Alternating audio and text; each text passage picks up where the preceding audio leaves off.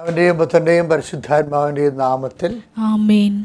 Good morning പ്രിയപ്പെട്ടവരെ, ഇന്ന് December 20 വെള്ളിയാഴ്ചയാണ്.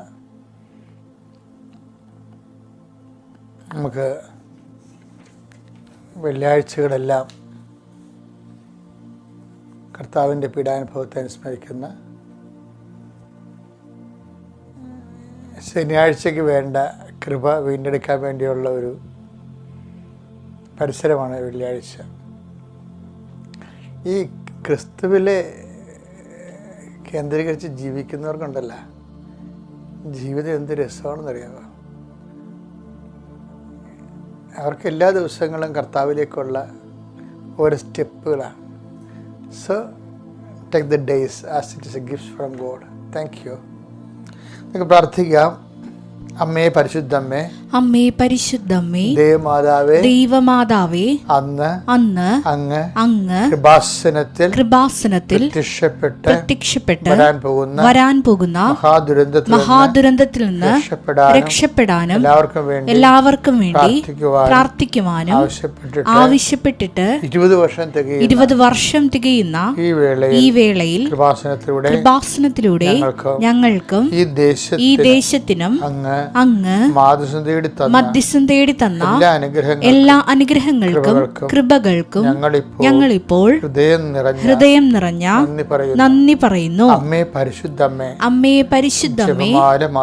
ജപമാല മാതാവേ, സകല കൃപാസനം പ്രാർത്ഥനകളോടും ചേർത്ത് ഞങ്ങളിപ്പോൾ പ്രാർത്ഥിക്കുന്ന ഈ കുടുംബത്തിന്റെ പ്രത്യേക നിയോഗം.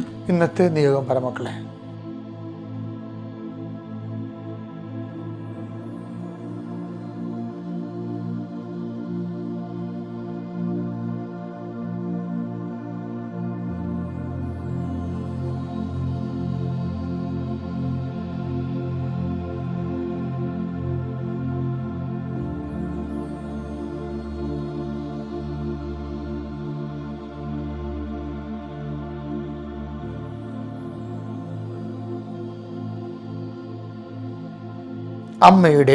അമ്മയുടെ പ്രത്യക്ഷീകരണത്തിന്റെ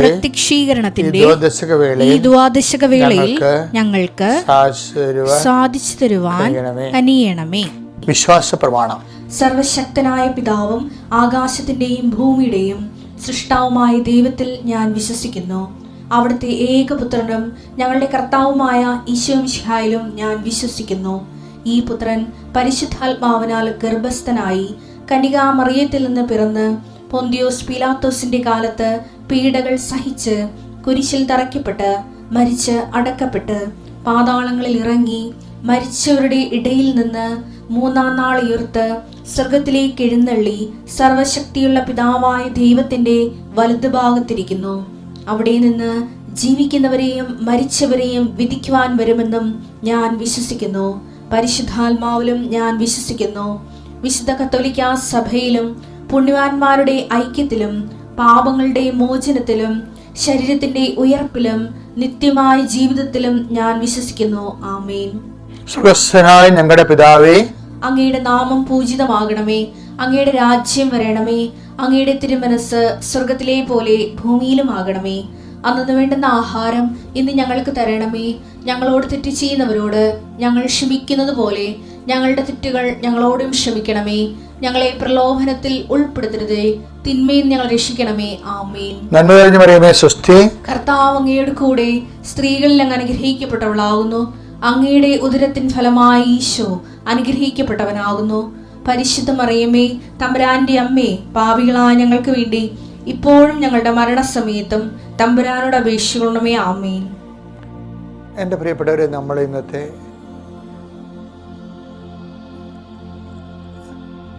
എല്ലാ വ്യാപാരങ്ങളെയും, വ്യാപാരം വെച്ചാൽ കച്ചവടമല്ല, വിനിമയം, കമ്മ്യൂണിക്കേഷൻ, വ്യാപാരം, ഇടപാടുകൾ എല്ലാം സമർപ്പിച്ച് പ്രാർത്ഥിക്കാൻ. ഞാൻ ഈ പ്രാർത്ഥനയിലേക്ക് വന്നത് എൻ്റെ തന്നെ ജീവിതത്തിൽ കിട്ടിയ അനുഭവത്തിൻ്റെ വെളിച്ചത്തിലാണ്. രാവിലെ എഴുന്നേറ്റ് എല്ലാം ഫീഡ് ചെയ്യുമെന്ന് ഞാൻ നിങ്ങൾ നേരത്തെ ഒരു ദിവസം പറഞ്ഞായിരുന്നു. ആ ഫീഡിങ് പ്രെയറാണ് ഇന്ന് അനുദിന അനുഗ്രഹ പ്രാർത്ഥനയായിട്ട് ഡെവലപ്പ് ചെയ്തിരിക്കേണ്ടത്. നിങ്ങൾക്ക് പറ്റുന്ന വേർഷനായിട്ട് മാതാവ് ഇത് ഒക്ടോബർ മാസത്തിൽ മാറ്റി ഒക്ടോബറിൻ്റെ സമ്മാനമാണ് ഇന്നിപ്പോൾ ഒത്തിരി പേര് സാക്ഷ്യം പറയുന്നുണ്ട്. നമ്മുടെ അനുദിന അനുഗ്രഹ പ്രാർത്ഥനയിൽ പങ്കെടുത്തവരും ഈ പ്രാർത്ഥനയുടെ സമയത്ത് അവരുടെ പ്രാർത്ഥന ആവശ്യങ്ങൾ ടൈപ്പ് ചെയ്ത് കയറ്റുന്നവരുണ്ടല്ലേ.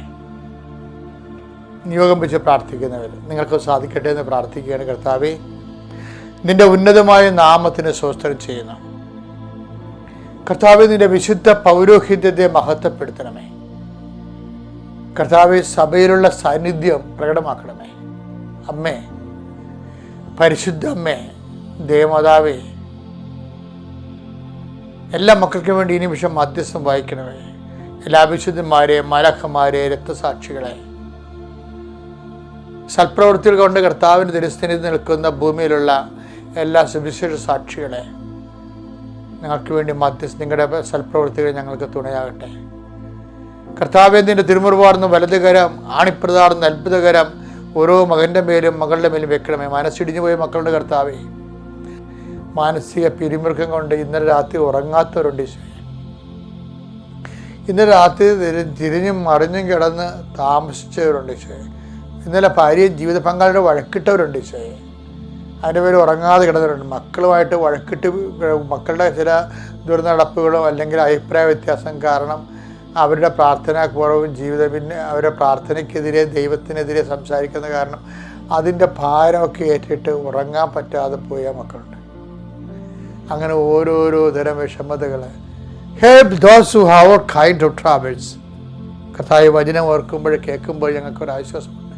1:4 എല്ലാ തരത്തിലും ഭാരപ്പെടുന്നവരെ ആശ്വസിപ്പിക്കാൻ, എല്ലാ തരത്തിലും ഭാരപ്പെടുന്നവരെ ആശ്വസിപ്പിക്കുന്നവർ തിരുച്ചിത്തമാണെങ്കിൽ കർത്താവ് അതനുസരിച്ച് കൊണ്ട് ഈ പ്രാർത്ഥന കൂടുന്ന, ഡെയിലി ബ്രെഡ് കൂടുന്ന, ഈ അനുഗ്രഹ പ്രാർത്ഥന കൂടുന്ന എല്ലാവരുടെയും എല്ലാ പ്രശ്നങ്ങളെയും നീ കർത്താവ് നീ ഏറ്റെടുക്കണം. ഈശോയെ, സുഖം പ്രാപിക്കാൻ ആഗ്രഹമുണ്ടോ എന്ന് ചോദിച്ചു കർത്താവേ. അതുപോലെ രക്ഷപ്പെടാൻ ആഗ്രഹമുണ്ട്, ഒരു വീട് കിട്ടാൻ ആഗ്രഹമുണ്ട്, കേസ് മാറാൻ ആഗ്രഹമുണ്ട്, അതുപോലെ തന്നെ ശത്രുത മാറി സമാധാനത്തെ അയൽവാസികളുമായിട്ട് ജീവിക്കാൻ ആഗ്രഹമുണ്ട്. പക്ഷെ നോബഡി ടു ഹെൽപ്പ് എന്ന് അയാൾ പറയണത്, ആ തറവാരോഗി യോഹന്നാൻ 5:7 പറയണത്, എന്നെ സഹായിക്കാൻ ആരുമില്ലെന്നാണ് പറയണത്. കർത്താവ്, ആരുമില്ലാത്തവർക്ക് നീ മാത്രമേ ഉള്ളൂ എന്ന് ഓർക്കണമേ കർത്താവ്. അങ്ങനെയാണല്ലോ കർത്താവ് 38 വർഷത്തിന് ശേഷം ആ മനുഷ്യൻ്റെ അടുത്തേക്ക് നീ വന്നത്. അതുപോലെ കർത്താവ്, ഈ പ്രാർത്ഥന കൂടി ആരുമില്ല സഹായിക്കാൻ. കർത്താവ്, ചില കാര്യങ്ങൾക്ക് ചിലരുണ്ട്, പക്ഷെ എല്ലാ കാര്യങ്ങൾക്കും എല്ലാവരും ഇല്ല. അതാണ് നമ്മുടെ അവസ്ഥ, അതാണ് ദൈവത്തിൻ്റെ സ്പേസ്. എല്ലാ കാര്യങ്ങൾക്കും ദൈവം മാത്രമേ ഉള്ളൂ. അത് കണ്ട കർത്താവ്, അത് മനസ്സിലാക്കാനും തിരിച്ചറിഞ്ഞുകൊണ്ട് നിന്നെ ആ സ്പേസിലേക്ക് നിൻ്റെ തിരുസനെ സമർപ്പിതരാകാൻ ഞങ്ങളെ അനുഗ്രഹിക്കണമേ. ജീവിത ഭാരങ്ങളെ, ജീവിത വിനിമയങ്ങളെ, സഞ്ചാരങ്ങളെ, സംസർഗങ്ങളെ, സംബന്ധങ്ങളെ എല്ലാം സമർപ്പിച്ച് പ്രാർത്ഥിക്കുന്നു. ദൈവത്തിൻ്റെ കരുണ നിങ്ങളിലേക്ക് ആവശ്യിക്കട്ടെ.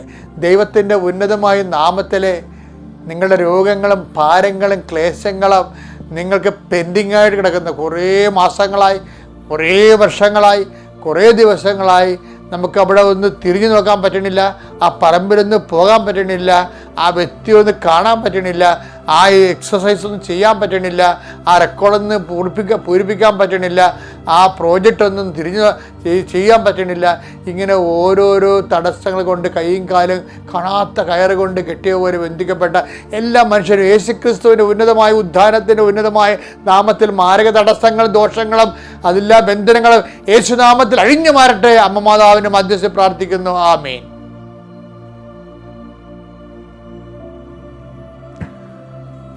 We come to the prayer. സങ്കീർത്തനം 110:1 വായിക്കുക. ഇന്നത്തെ ഡെയിലി ബ്രെഡ് അതാ. കർത്താവ് എന്റെ കർത്താവിനോട് അരുൾ ചെയ്തു, ഞാൻ നിന്റെ ശത്രുക്കളെ നിന്റെ പാദപീഠമാക്കുവോളം നീ എന്റെ വലതുഭാഗത്തിരിക്കുക. എൻ്റെ പ്രിയപ്പെട്ട, ഇതിനൊരു വിഷയം എന്താ അറിയാവോ? ഞാൻ ഈ പ്രാർത്ഥന ഇപ്പം പറയാൻ കാര്യമേ, ഈ പുതിയ നിയമത്തിലും പഴയ നിയമത്തിലും, പുതിയ നിയമത്തിലേക്ക് കോട്ട് ചെയ്യപ്പെടുന്ന പഴയ നിയമത്തിലെ വെളിപ്പാടുണ്ട്. അത് ഭയങ്കര കൺകറൻസ് ആണത്. ഇതുപോലെ തന്നെ പരിശുദ്ധാത്മാവ് പുതിയ നിയമത്തിലേക്ക് കട്ട് ആൻഡ് പേസ്റ്റ് ചെയ്തിട്ടുണ്ട്. ഇപ്പം അങ്ങനെ പറഞ്ഞാൽ ആൾക്കാർക്ക് മനസ്സിലാകത്തുള്ളൂ. പഴയ നിയമത്തിൽ നിന്ന് കട്ട് ചെയ്ത് പേസ്റ്റ് ചെയ്യും. പുതിയ നിയമത്തിൽ പേസ്റ്റ് ചെയ്യും. അപ്പോൾ എന്തുമാത്രം സീരിയസ് ആയിരിക്കും വചനങ്ങൾ. നമുക്ക് നടപടി 2:35 വായിച്ച കട്ട് ആൻഡ് പേസ്റ്റ് വചനങ്ങൾ. കർത്താവ് എൻ്റെ കർത്താവിനോട് അരുൾ ചെയ്തു, കർത്താവ് എൻ്റെ കർത്താവിന് അരുൾ ചെയ്തു, ഞാൻ നിന്റെ ശത്രുക്കളെ നിന്റെ പാദപീഠമാക്കുവോളം നീ എന്റെ വലതുഭാഗത്ത് ഉപവിഷ്ടനാവുക. അതെ, ഈ വചനമേ ഒരു ജനകോടികളുടെ ജന്മാന്തരങ്ങളുടെ ജീവിതാനുഭവങ്ങളാണ്. അതുകൊണ്ടാണ് ഇങ്ങനെ കട്ടാപ്പീസ് വരണത്. എന്താ, ഞാൻ ഈ ദിവസങ്ങളിൽ ഒരു മനുഷ്യനെ കണ്ടുമുട്ടിയാൽ നമുക്ക് കൃപാസനത്തിൽ സാക്ഷ്യം പറഞ്ഞാലാണ് സോനു വർഗീസിൻ്റെ പ്രശ്നം. പുള്ളി ഒരു 3 ലക്ഷം രൂപ ഒരുത്തനോട് കടം വാങ്ങി. ഓരോ ഇഷ്യൂ വരുന്നത്, ആ മനുഷ്യൻ കുറച്ച് കഴിഞ്ഞപ്പോൾ അദ്ദേഹം കൊടുത്ത ചെക്കിൽ 3 ലക്ഷത്തിന് പകരം 10 ലക്ഷമാക്കി അദ്ദേഹം കേസിന് പോയി. അപ്പോൾ അത് നോക്കി എന്തുമാത്രം ആൾക്കാർക്ക് എന്തുമാത്രം അത് ഈ ബ്ലാങ്ക് ചെക്കൊക്കെ കൊടുക്കുമ്പോൾ സൂക്ഷിക്കണം കേട്ടോ.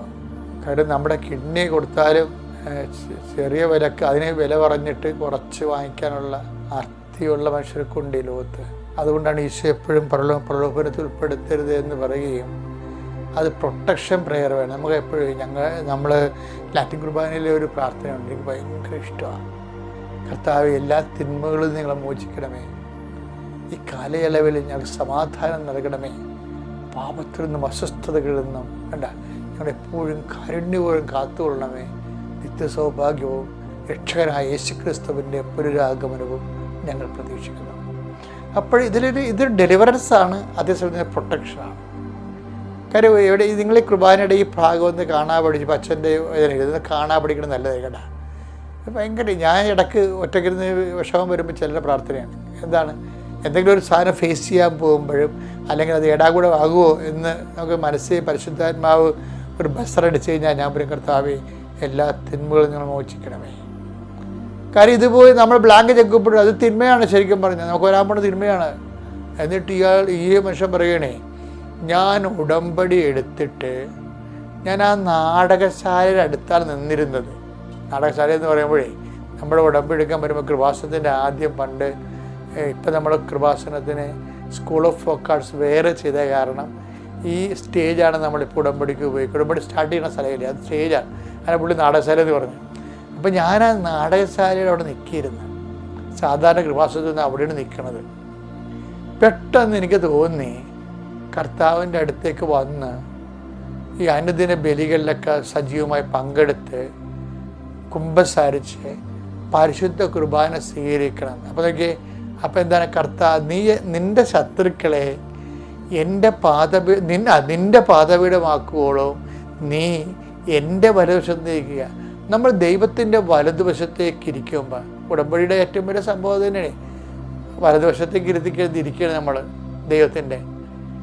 ആ ദൈവത്തെ വലതുവശിക്കുമ്പോൾ ദൈവമാണ് നമ്മുടെ ശത്രുക്കളെ നമ്മുടെ പാദപീഠത്തിൽ കൊണ്ടുവരണത്.